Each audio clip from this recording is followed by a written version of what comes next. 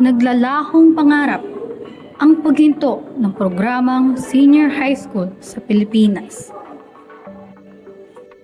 Sa isang bansa kung saan ang edukasyon ay nakikita bilang isang tanglaw ng pag-asa, isang desisyon ang nagbigay ng anino sa mga mithiin ng hindi mabilang ng mga estudyanteng Pilipino.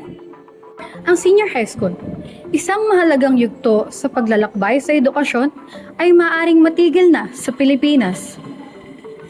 Ang dating makulay na mga hallway ay umaalingaw-ngaw na ngayon sa kawalan ng mga sabik na isipan na nagiiwan ng kawalan sa paghahanap ng kaalaman. Habang ang bansa ay nakikipagbuno sa mga kahihinatnan, isang katanungan ang nananatili. Ang kawalan ba ng naiwang dulot ng pagtigil ng senior high school ay mapupuno ng mga bagong pagkakataon?